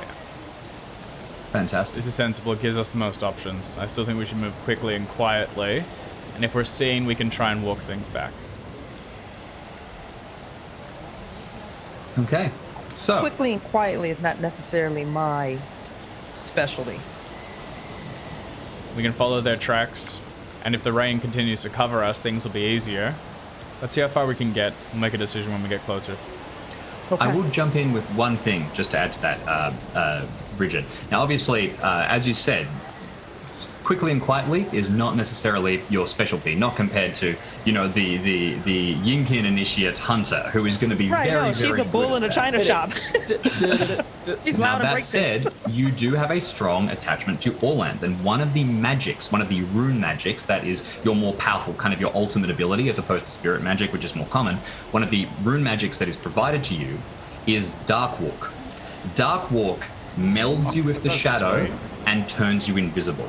As long as you are in shadows, so as long as you approach in darkness, your power of stealth, when it is bolstered by your god, might rival that of Telos's, because you have this, you know, dope. power to completely obfuscate yourself. You might be better at sneaking than me, to be honest. She gives you a confused face like she doesn't understand why you're saying that. Brilliant. I think with that, I'm ready to go. So before you leave, you're going to have two last encounters from people who dart back. The first is Quayor, the little kid, is going to come, and she'll have prepared this like large wicker basket, and it really is something that you'd like be carrying with two hands. And we'll bring it to you, and we'll hand it to you, Iratia, and say, you know, you're not going to let them get away with this, though. This is to get in the door, right? You know, you got to take it back and you know, can't steal something of theirs. You know, this is bad. They can't do this. Oh my God, Jim, I love her so much. I want to adopt the hell out of this NPC. Iratia's going to come down to knee level while she's stammering through, and she says, "Yes, little one, this is to get us in the door, and if it doesn't, we'll knock the door down. We will not return without what is ours." She really grins at that, and you can see like this spark in her eyes, and she says, "Yeah, we're gonna show him," and nods and hands you the basket, and she will dart away. The only other person that will come to speak to you before you leave is Lurgan Newgrudge, the tender of the Tree of Vengeance, and when he comes towards you, he has collected these little kind of like twig and leaf branches. They are cuttings from the tree, and he's tied cord around them to make them into like small little amulets. And as he walks forward, he says, you are going to our rivals. You should carry some of our vengeance with you to remind you of the justness of our cause. And he will hand you each one of these amulets from the Tree of Vengeance. I take it with fair deference, and I'll nod to him in acknowledgement of his duties, and then tie it around my wrist. Brilliant. And slip it back under my sleeve. Iratia, is there anything you add to talk to Lurgon, or do you just kindly take the gift and make pleasant? No, she just kindly takes the gift. She's tying it around her wrist, and then it's very abrupt. It's very sudden. She just like grabs him by the back of the neck and pulls him in for like this massive hug. he's a big, burly, tough guy who doesn't show emotions, but after a second he pulls you back into the hug and slaps your back a few times. The only emotion is vengeance. Yeah, he'll say, would that I was still as young as you are, and that I could visit my fury upon them, but you will take the charge of our village, and you will do what must be done. You will show them that we are better. All right. And he'll turn away, and the two of you can turn about, and you can leave Oakton, bound towards the lands of the All-Letting tribe, and towards ultimately Greenston Village. Okay. No other actions you want to take before we leave? Because otherwise... Rock and roll. Excellent. Let's rock. Heading out. So it's a trip to the northeast. As I mentioned, you kind of come up and you curve through. Around your village, it's quite foresty and hilly. It's not very good farming land. The Varmandi tribe is a little poor in terms of like where they can keep and graze cattle as a result, because this land is pretty hilly and treacherous. But as a result, it is pretty great hunting territory, and it's filled with all kinds of treacherous terrain and passages and everything like that. Tell us, this is your territory. You would have spent a long time here wandering. You would be familiar with this area. Do you want to talk a little bit either about it or maybe like a pathway that you find through it? Give us a sense of the land that you are a master of. Yeah, hell yeah. While I claim to be a master of it, I'm actually reasonably junior at being a full hunter. I've only been doing it for a couple of years, and only recently did I complete my initiation into the cult of Yinkin, which involved a 1-year ceremony surviving by myself out in the wild, and this is where I would have done it. So I navigated all around here. I will have camped under these trees, and I have got a fairly intimate familiarity with the region. I think as I go, it's a lot of stopping, formulating passage, and then moving with confidence, sort of just briefly touching trees and things as I walk between it, noting their growth and remembering how they were, in the couple of weeks ago since I last came. I only recently came back from my hunt of the stag, and so I think to begin with, we'll retread that trail, stopping under branches. Is it still going to continue raining as we're going, or I'm wondering, is that kind of isolated to our village? That's a really good question. You get not very far outside your village, the rain just stops. It almost seems like localized really absolute on Oakton dogs. In a real kind of bastard way. Yeah, okay. In that case, I think as we begin to clear away and leave the rain behind us, is it kind of scrublandy, or is it's forests, right? I'm picturing woods and... the Sartar is kind of... There's a lot of diversity there. I kind of leave that to you. What do you think? What's the land? I like a wood. Excellent. Yeah, I like a wood. Yeah. Breaking away to more sparse trees. I think it very bad for grazing, so herds and things aren't good here, but for foraging and hunting, it's excellent. Fantastic. Yeah. So you're moving through this area, and you're still familiar with it. You've... Like you said, you only just left here, really, from both your hunt and really from your extended, I guess, pilgrimage is the wrong term, but, time spent connecting with Yinkin and being initiated into the cult of Yinkin by spending time in the wild. Iradia, you haven't really left the village that much, have you? No, and she will never articulate, well, not never, but as of right now, she's not going to articulate this, but she's following behind Telos, and she is just so proud of what she's seen. One, he has a much higher beast rune than she does. She's more man than beast, and he's more beast than man, but watching him navigate this area, this terrain, this forest area is just very fascinating to her, because one, she hasn't seen this part of him. She just knows that he comes home when he wants to, smelling like goat. She doesn't really know exactly what it is that he does, but the more she's watching him touching the trees and moving about, she sees herself moving through a culinary environment. There's really no difference between her moving through a kitchen and him moving through this forest, and she's quietly admiring and respecting this, but she's not going to say anything. And if he happens to turn back and look at her, she's scowling like she's unimpressed. I absolutely love that. So you continue forward, moving through. And although, as you said, Telos, you're no expert, there are certain things that you would have become very aware of. And as you hit the edge of the forests, to you, the edge of the forest, but to Iratia, the forests continue on. But you would mark this as the edge because invisible to anyone but someone familiar with this area is the line in the dirt that marks the end of your land, the end of the Varmani clan's land, and the beginning of the All Living Tribe's land, and more specifically, the end of the Kolimar tribe and the beginning of the Milani tribe. Can I add? I think Telos is familiar with this in particular because the stag that he hunted only recently, he had to wait for it to cross the border, and this is why I took so long coming back. I tracked it early and I found it only a day out, and I actually thought I'd come back with plenty of time, but I spent 2 days hunkered here waiting for it to cross and being actually like quite deferential to respecting their land. Like I did not wait until I didn't try and bait it across. I just waited until it found its path across, and then I slayed it.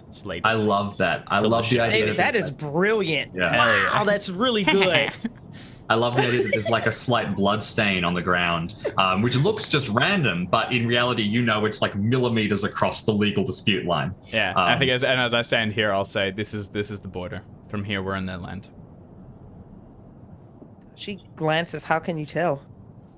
I waited here for some time, but I'm familiar with the exact location. I was advised on it long ago by our mother. So what do we do? You have the gifts. Do we call for them or do we try and sneak? We don't have the rain to cover us. We'll have to be quiet. Oh, she doesn't want to admit that she's not a thinker and she needs him to make this decision. So what should she do? She would be honest with her emotional stuff. I don't know. What would Mother do? Let's keep our options open for as long as we can. Let's try and sneak, and if that fails, we will talk, and if that fails, we will fight. Okay. If we fail at sneaking and we must talk, what is our reason for being here? They took what was ours. They crept into our lands, they offered us no gifts, and they took what was ours. Oh, so we're being honest about it. I see no reason to lie. Okay. And she sneers. You can see her teeth. But she's going to ride out with that. So we're going in stealthy? Was that the option? Let's do it. Yeah. Okay. Fantastic. So to be entirely clear, going in, what you would do is you would go in and you would just walk straight at the village, and eventually they'd spot you. But the point is, they have to, if you take steps to conceal yourself, that is the dishonest part. And from what I understand, you are taking steps to conceal yourself, but you're hoping that if you spot someone, if you get spotted, you might be able to kind of, swap to, we were heading here the whole time, don't worry, we haven't taken any steps. In my mind, it's completely, if we get spotted and called out, we will then stand up, tell them we were trying to sneak in, give them the gift, and hope that sets things right. Ooh, okay, even bolder. Again, probably won't work. That's just where Telos comes from. But I love it. Brilliant.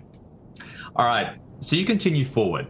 And you start moving through into the All Living Clan's lands. Now, while we're out in the wild, I have some questions for you, Iratia. But first, I want to tell us one thing. You mentioned that you were waiting so politely to take down that deer. Yeah. That gives me the impression that perhaps during your year of solitude, you also didn't stray into these lands. The Kolimar lands are huge, and you could have wandered far and wide, but you never crossed that border into the All Living. I think that's right. I think it's out of respect to my clan and the people that make those rules that I don't do it. At the end of the day, my pursuit of worship is my own burden, and any restrictions put in place are mine to deal with and my problem. Brilliant. Iratia, when you move into this area, it occurs to you that this is the ancestral homeland that that the Varmandi clan has. You, in a real sense, although you've never been here, You are kind of Oh. coming home. Do you feel any attachment to the land? You know, do you feel for your mother or through, what's your Earth rune again? Can you remind me? I most certainly can. Earth rune is sitting on I can find it, a 40. So you've got some attachment to the land. That's a relatively strong rune. What do you feel as you walk through into this area? I just rolled randomly because she's such a random mercurial character. And based on this 96, she's not feeling any attachment to the land, but she is feeling a crap ton of anger, spite, resentment, and how things could have been completely different, how this day would be completely different had we not been kicked out by a bunch of cowards in the first place. Absolutely. You could have been preparing to celebrate around the full statue, blessed by Arnalda. Everything would have been wonderful. And hey, maybe your mother would still be here if she had, the temple and the powers there to rely on, and if things were different and you hadn't been, forced away and everything like that. Yeah. So it's making the gravity of what they did steal that piece of the statue even bigger. It just like exponentially went. They stole this token that's important to us. They actually stole our land and our livelihood and all the things that bring us joy. Statues out, as far as we're concerned. We just want the piece back. You couldn't even let us have that, you dicks. Now we want the whole state back. Give it back. Yeah. So she's angry per usual. As you guys come in, I want the both of you to make a check, and that check is going to be a scan check. On the RuneQuest character sheet, you notice that under perception there are two skills: scan and search. Now, search is for like up close; it's for looking through boxes, it's for looking through crates. Scan is looking at the horizon and trying to spot people coming over a hill, which is very much what you're trying to do at the moment. If you don't want to both make the scan check, if one of you would rather make something different, please let me know. Don't worry about the move quietly check, which is the stealth skill. I will tell you when that becomes relevant and when you need to make checks for that. I am worried about it though. I'm just don't it's fine. Yes, don't worry. What's the worst that could happen?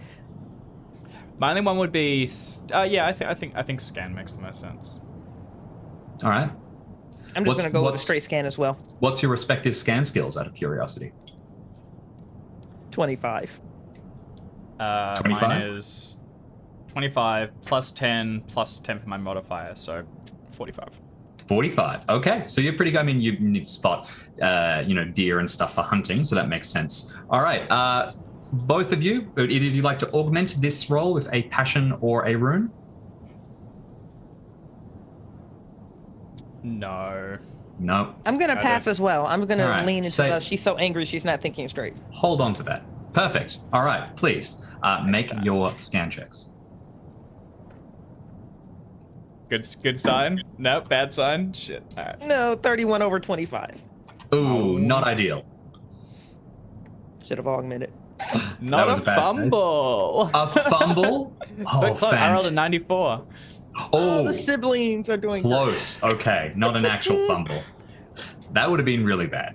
Yeah. Right. Ooh.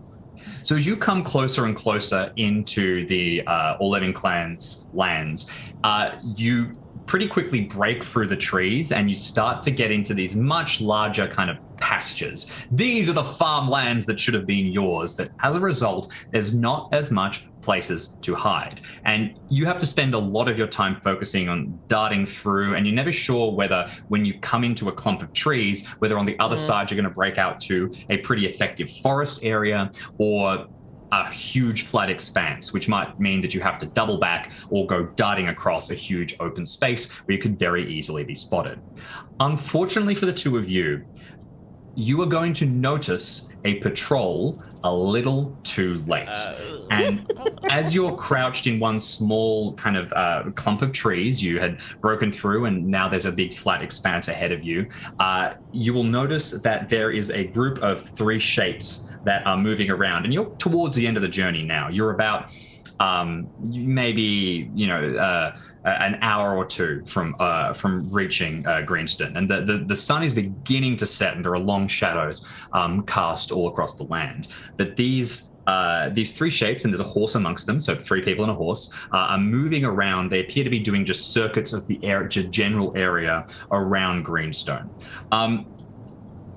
I would like whoever of you has the highest customs local to make a roll here, because there is some information that you might receive. So customs local, mine is unmodified. I've got a flat plus 10 to knowledge. but I don't have any bows. Okay. And this is not Hjortling. What's a Hjortling? No, this is customs local. I don't have a knowledge modifier, and I'm looking at a flat 25. I'll be I'll be 35 then. Yep. Okay. Yep. Oh, good luck, good luck, good luck. I don't feel great about this one, I'll be honest. All right, 35. How high can it be? Yep. 60. No. 60. Let me Okay. try. So looking at this patrol, your head just goes, damn it, patrol, caught. You don't figure out any additional subtleties here. You know the score as it's set. You have the basket. You could stand up and wave. They haven't spotted you yet. Yeah, So your options, if you want to continue though and avoid this patrol, you're going to have to make either a move quietly check to try and get in, or completely back out and like camp overnight and try and approach again in the morning, because I'm running out of time. Yeah. Exactly. Yeah. I'll say they haven't seen us.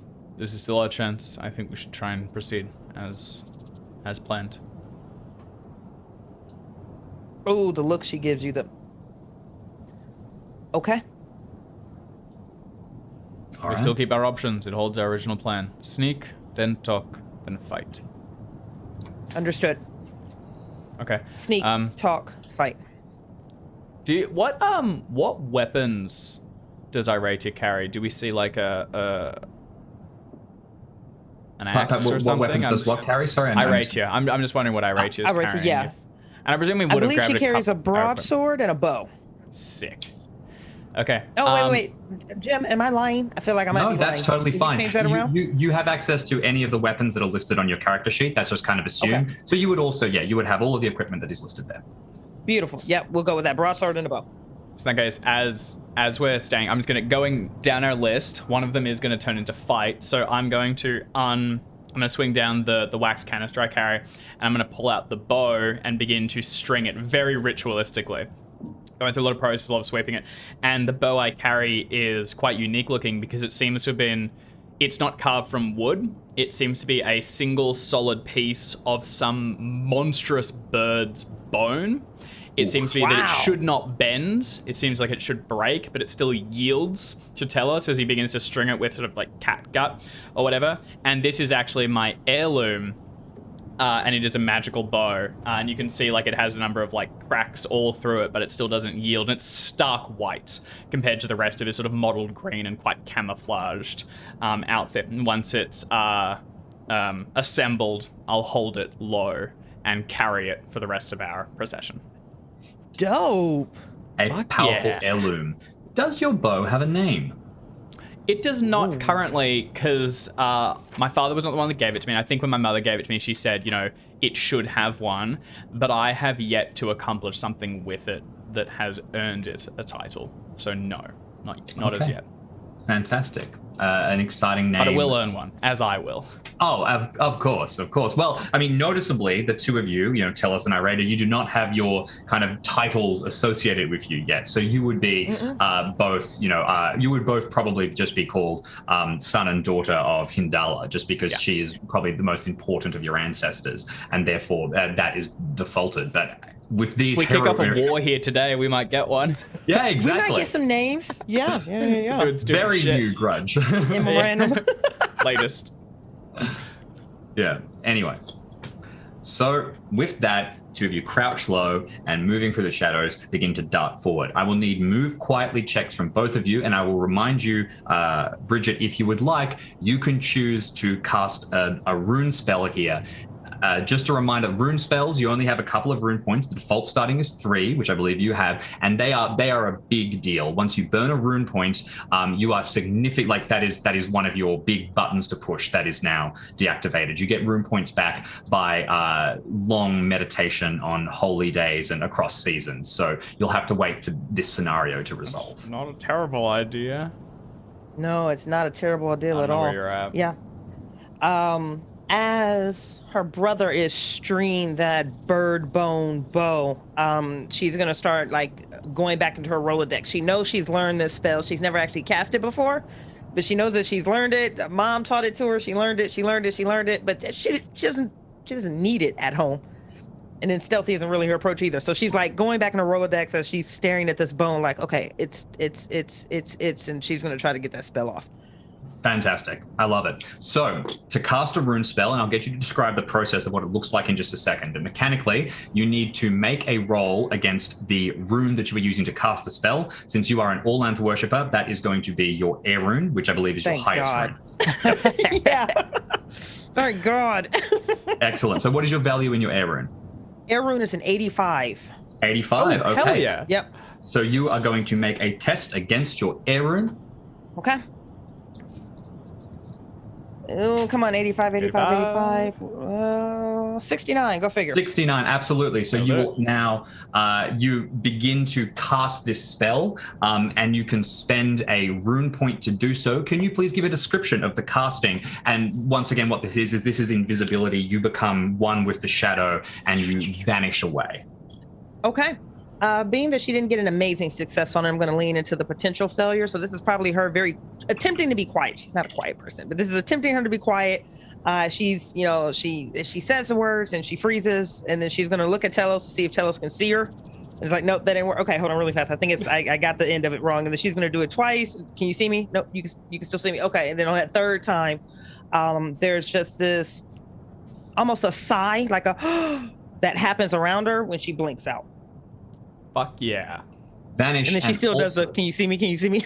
And you hear the can you see me? Can you see me? But to be clear, Iradia, you have the power as well to be completely soundless. The silence can muffle, so the shadows can muffle any noise you make. So you are suddenly alone, Telos, until the whisper in your ear says, can you see me? What about now? What about now? I gotta flinch a little bit to my own embarrassment. And then I'm going to mutter, and I'm going to cast a simpler spell, but it will keep me moving with you at least. I'm just going to cast the Spirit Magic Silence on myself, which has a similar effect. I will still be seen, but it will mean that I make no noise at least.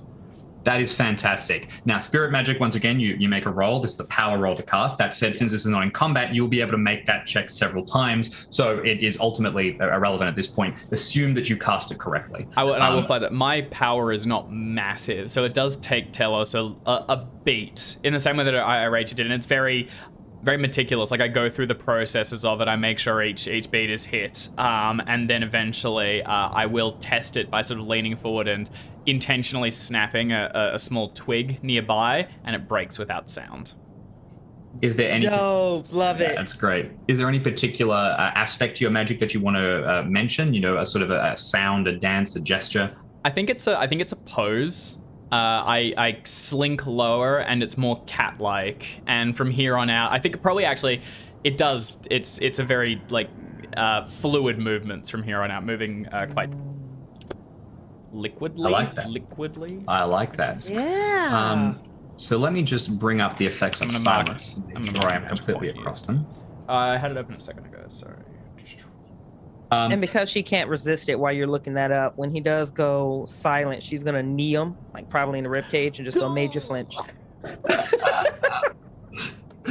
There's just silence, and then it's too as you're moving, and there's not even. And I try and lash out and just smack you in the gut, but I miss. And I don't know exactly where you are, and it's very sibling-esque for a moment.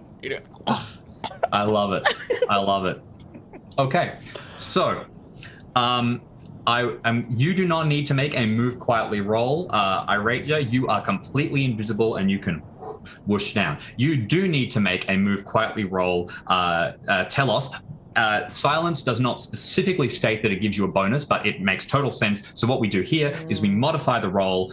Instead of using a bonus die like in Call of Cthulhu, we just add a flat bump. So we'll say your move quietly is going to get plus 20 to it. So whatever the value is, just add 20, and then you can augment it further if you would like using a rune or a passion. Oh, wow. Hell yeah. So mine is coming in at 45. That's going to bring me to 65. I think I will augment it because I really don't want to screw this up for everyone.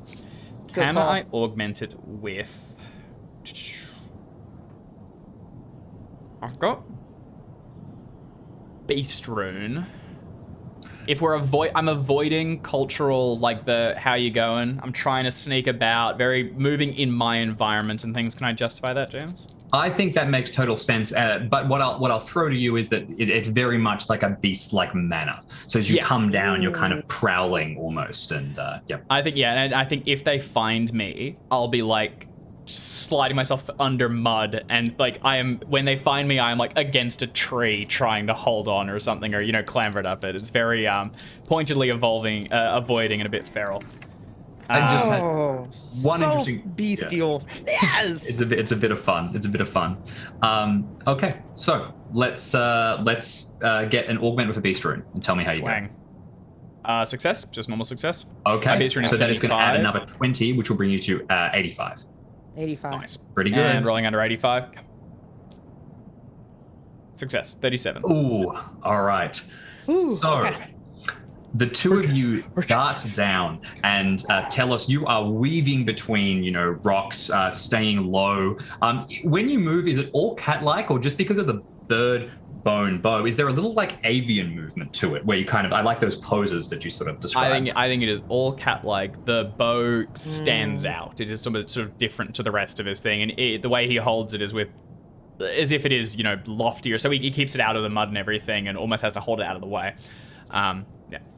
That's great. I really like that. So all cat-like. Meanwhile, Aragia, you're able to be a lot more relaxed. You can kind of stroll. More specifically, if you'd like, you are completely invisible and soundless. You could walk close enough to this group of people to get a bit of a look at them. Oh, that's absolutely brilliant. That idea doesn't dawn on her until like the very last moment. She's like, oh, wait, she'll tap her brother on the shoulder and circle back. Mysterious hand, just taps you, and then Stop doing that. Cut it out.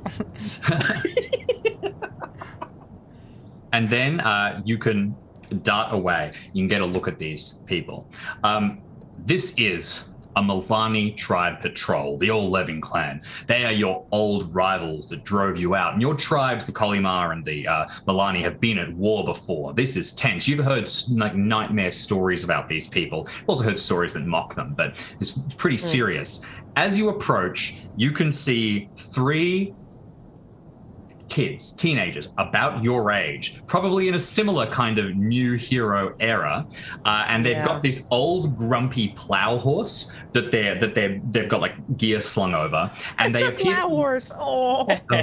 And they appear to be doing a patrol that is like not particularly effective. Specifically, there is one of them is this kind of large, big guy, and you will overhear a little bit of their conversation.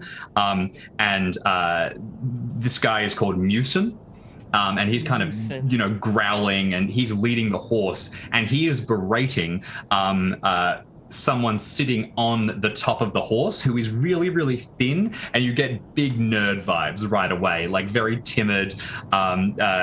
This person's called Corlon, and he's also up there, kind of just like trying to ignore the barbs that Musin is throwing at him. And then finally, walking off to one side, she seems to be the only one who is managing to keep an eye on things, is Fala. And she is saying, we need to keep an eye out.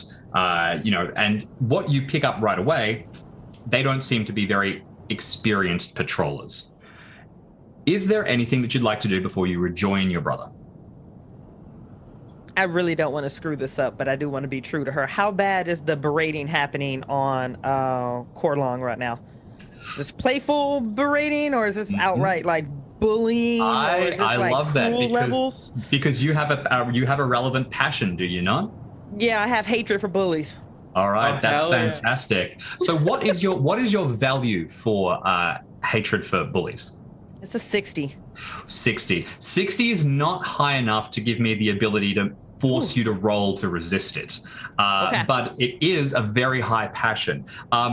This particular interaction right now might not be, Musin appears to have sort of an ongoing relationship with Corlon. So although it is adversarial, they're definitely not friends. What you're witnessing right now might not be bullying, but you are 100% sure you get one look at Musin, that guy is a bully. It is in every one of his movements. He does not look friendly.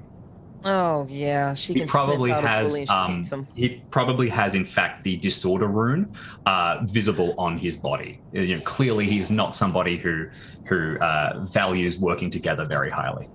Wow, so he's doubling down on being an asshole. Good for Musin. Wow. This horse is facing in the opposite direction that we're going, correct? They're doing circles of the area, Okay. and you're trying to pierce the circle and get through effectively. Okay. So it's currently you've intersected. It will be heading kind of that way, and you will be heading that way, kind of at a right angle, effectively. Okay.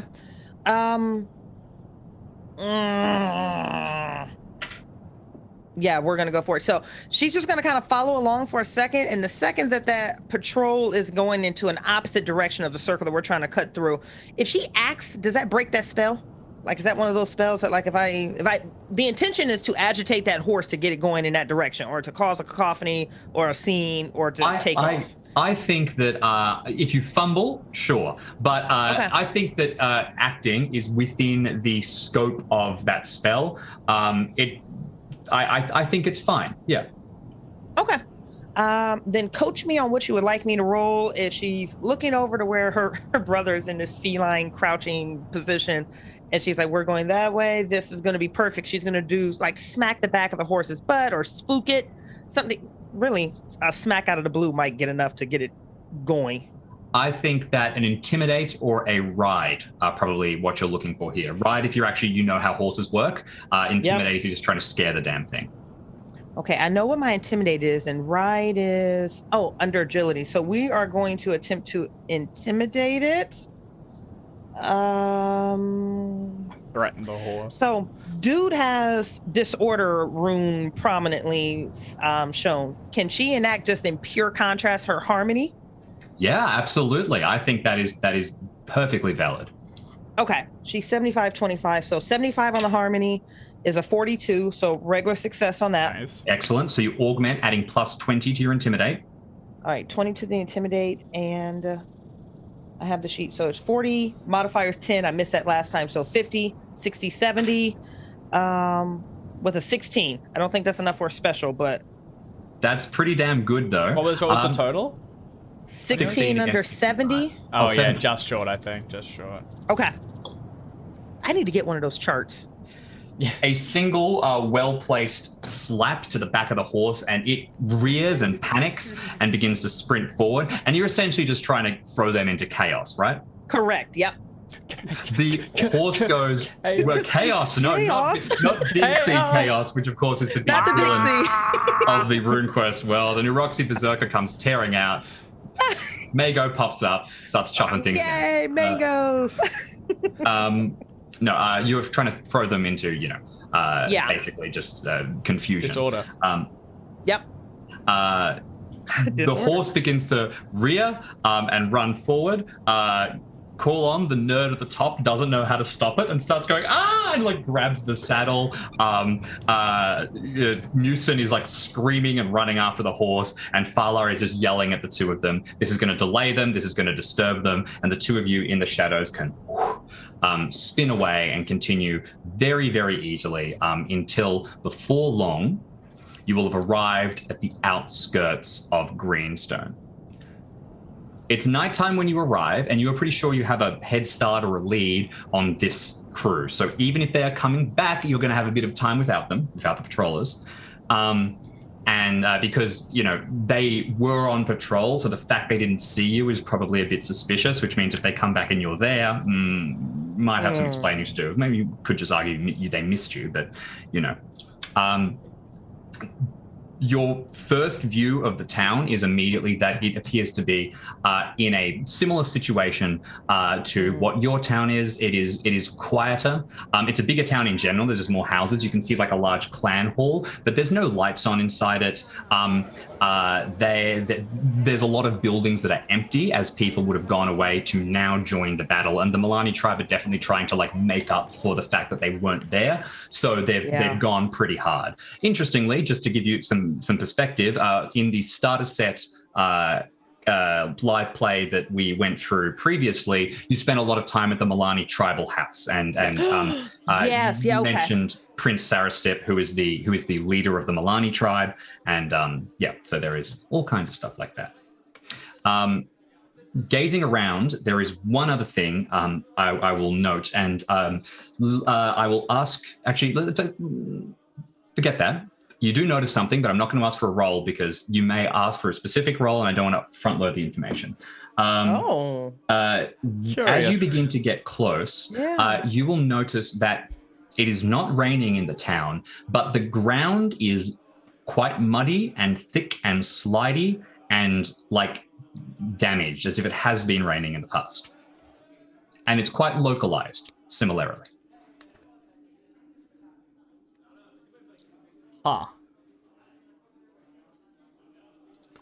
Looking at my character sheet. Have a think. To be clear, you guys are now hidden outside the town, and you can do as you should see fit. Do we know where that would be? Center of town kind of vibe? You know that the town is built around the greenstone temple, which is around the statue. Also, just flag our spells. Mine will have absolutely worn off, and I probably cast it a couple times. Mine only lasts 2 minutes per casting. Right. And the room magic lasts 15 minutes. Yep. So you are definitely you're definitely no longer augmented, but you have gotten close to the village and you have managed to stealth yourself. Also, now it is very distinctly nighttime, so you will have bonuses to sneaking in. You are, you could mirror this very easily. You are currently crouched in a cluster of trees outside their village, just like presumably some people were at yours. Interesting that it was muddy here if we're taking our own one to be an act of God, and that they also had... Let's find the statue, see if we can spot our piece inside it, and then we can act from there. Okay. What was Taylock saying about the rains back home? That they were an act of God. For us losing the statue, correct? The timing lines up, and it is a piece of Ronaldo. We are approaching her festival, and now we don't have it. Seems logical. And you can see the gears turning where she's trying to think, but like that's again not her vibe, and she just eventually just lets it go. She feels like there's a connection there, but she's not smart enough to make the leap. I am also Taylor's having the same thing. I'm laying down and sort of like pulling the mud a little bit, but I also don't have a conclusion to draw just yet. Let's see if we can find the piece. Do what we came here to do. The collection of you dart down from the woods and begin to move through into the town. Most people are asleep at this stage, and as you go through, you can see that they have their own harvest festival preparations, so everybody is probably pretty tired. Does it look as good as ours, though? Wait, ours is raining and they took all their stuff. It definitely doesn't look as good as it did when you were there. Noticeably, it seems like they only started kind of recently. Everything's pretty early on in the stages of having built the Harvest Festival. Okay. Another interesting point. I'm not going to make you roll as you begin to approach through the town. It is dark, everybody is asleep, but you weave through, maybe having to press into the shadows once or twice to avoid a noise, but it turns out to be just, a stray cat or something like that. Thinking, yeah. And eventually you will come forward pretty close to the center of the town.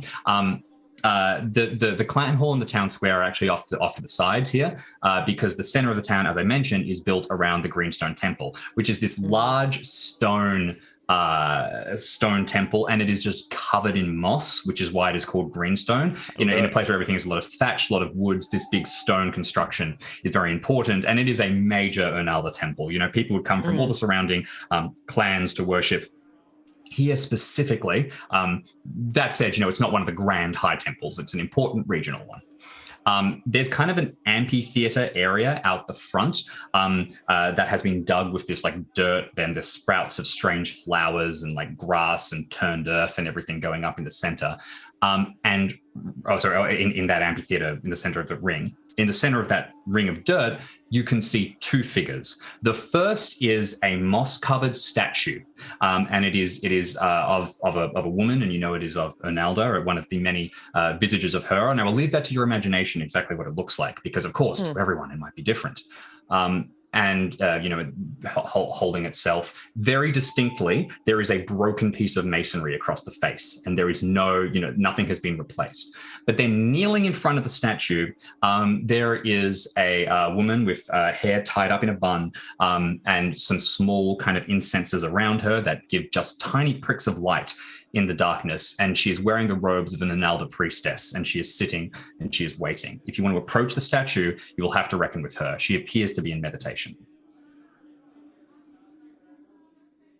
Her eyes glance over to Telos.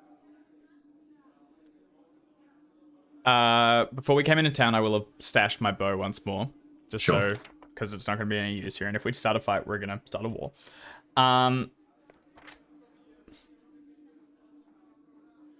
I have not put it back into the statue. So if I have it, it is hidden, or she has it.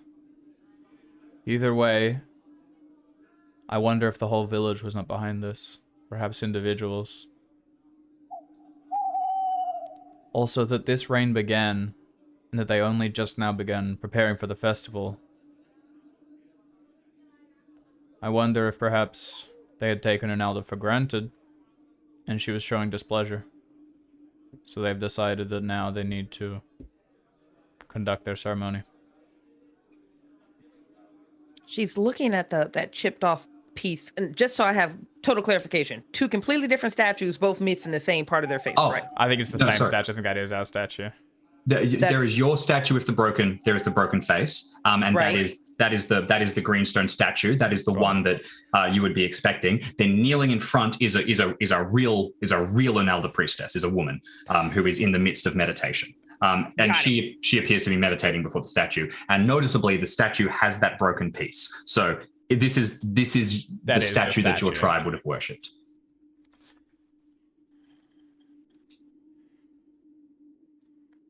We can walk forward and we can just try to talk to her. Stealth got us this far. Maybe it's time to talk. Okay. Let's walk forward.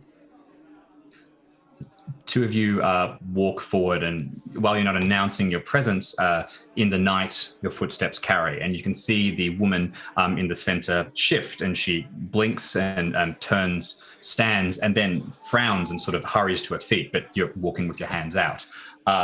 She takes a step or two back and then hesitates. And I have a question for the two of you. Do either of you look particularly like your mother, Hindala?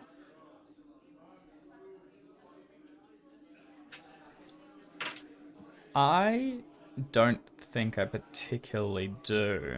I have quite low charisma. And I don't take, I think she was like a priestess, would have been bathed for one. That's a good point. But I think we probably have probably the three of us have a shared feature like eyes or something that's just, we would recognize. And if this one was very familiar with our mother, might spot them. You've clued on to what's happened, but clearly just a little bit of resemblance doesn't seem to be enough. She frowns, and you can see like a flash of possibly some kind of suspicion or familiarity, but she hesitates, and she will say, who goes there? It is late. You cannot walk unannounced into our clan halls. From where do you come? Answer me, one of you. I love the two kids looking at each other like, are you going to be the adult, or do you want me to be the adult? You're going to be the No, I'm going to be the adult. I am Iratia. This is Telos, son and daughter of Hildada, Stone Sister. And at that, her kind of eyes widen, and she would say, Hindala's Stone Sister, I knew your mother. I too am a priestess, and she kind of glances around for a second, then will step forward. And despite the fact that if she knows who your mother is, you very clearly identified yourself as members of the Varmandi clan. She seems quite relaxed, and she steps forward and she will raise a hand in greeting, sort of a traditional greeting, and will say, I am Alana Stonetender. I am the guardian of the statue and one of the initiates at the temple. What are the Varmandi clan doing here? Why have you made the visits? It seems I was not aware that you had presented yourself and given gifts. Is this a What's going on? Almost looking at Telos like permission to actually just say why we're flat out here, because she's still amazed that that's apparently a thing in diplomacy. We have come to reclaim something that was taken from us last night. Taken from you? Stolen. What was Stolen. stolen? There's been a theft. Well, I look. If you've come here and you've found me first, I can raise the chieftain's wife. Our chief is away, as are many of the people fighting the Lunars. But we have some of the clan ring who can attend to any complaints you have. What was stolen? And then she'll actually look at Telos to bring him in. I'll walk forward and I'll point at the statue. I'll say, we have one small piece of the statue. It has been taken. We followed tracks through the woods back here to your lands. Whoever took it was one of you, or they are here, acting in your territory. Either way, we will take it back. She looks like several puzzle pieces have just clicked into her brain, and she goes, and deflates visibly. I was wondering why the rain had stopped, why the curse had ended. I was seeking guidance, and I had not figured out why. And she kind of looks down at the ground, and you can see her eyes sort of tracking. Can one of you make a I've forgotten the title of this skill. Insight, same species. So insight human, or insight own species, which in this case is human. I'm sitting at a 30. Same. Either of you? Ooh. You go ahead. You want to go for gold? I'll go. All yours. All yours.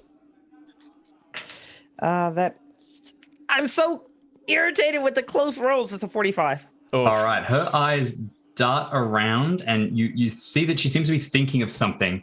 But in a moment or two, she will glance up and she will say, "If it has been stolen, you've tracked it here. It was not done with the authority of the priestesses of Onalda. It was not done on behalf of the clan. But that said, we have a claim to that statue. It is ours, and it is together." But and then she kind of pulls herself back, and she says, "But I understand that this is your home too, and we may have to look into the law for this. We may have to.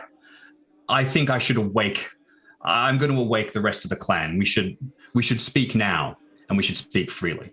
You say that you have a claim to the statue, but whether or not you do, the way you took it, without announcing your presence, sneaking in, passing on your curse to us, this was handled poorly. Regardless, we will take it back. You can see in her face a struggle between her loyalty to Onalda and to sort of the meaning of all this, and her loyalty to the Orlevin clan. And she goes to sort of start to talk, and she will mutter things. Oh, trespassers can be paid in fines and take it back. I'm going to wake the clan. I'll wake the rest of the clan. Wait here, and unless you want to specifically talk to her, she will move, and she will go to awaken the rest of the Orlevin clan. She'll let her go. When she is gone, she will look at Telos. It's like, what is she not telling us? I don't know. I don't know what they said they were cursed recently, but this does not feel like Onalda's work to steal something from another and just to pass the curse along. Also, it seems that this was not done officially. Seems someone has taken actions into their own hands, so I suppose we just listen. If the two of you agree to wait, then before long, the rest of the clan will be assembled, and people will be woken in the middle of the night. Tempers are high, and a very serious conversation is going to take place. Now, we are at the end of our allotted time for this scenario. So we man. unfortunately are going to call things off here, but to give you a hint of what is to come, the Orlevin clan might admit that something has been stolen, but they are under no circumstances going to return it.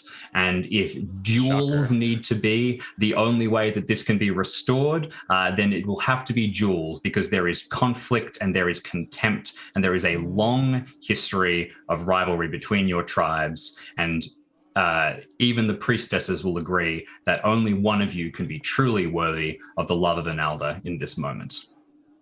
And we'll leave the session there. Thanks so much. Hell to the yeah. Wow, what a session, Jim. Jesus. fun. Okay. A lot of fun. Thanks so much for the two of you for playing, and thanks so much to all of the audience for watching. As I mentioned, this is just the first episode in a new hero series, and we're going to be going through and we're going to be having all kinds of adventures against the rowdy Orlevin clan. As I mentioned, you can join the Stream of Chaos Discord. You can catch us streaming again. We're currently doing Cults of Cthulhu, which streams on Friday evenings, PST. And we will be moving very quickly onto another longer campaign, which will be run by Dave. Any final words from the two of you? Anything you want to mention, plug, or talk about? Nothing for me. Can't wait for next one. Get into some trouble. I'm really stoked about the next one. Cracking skulls. Perfect. Remember, you can check out the RuneQuest starter set on the chaosium.com website, and you can also check out the RuneQuest GM pack, which is where we have also gathered some of the information that is presented in this adventure. Thanks for joining us, and we'll see you next time. See you all. Mwah!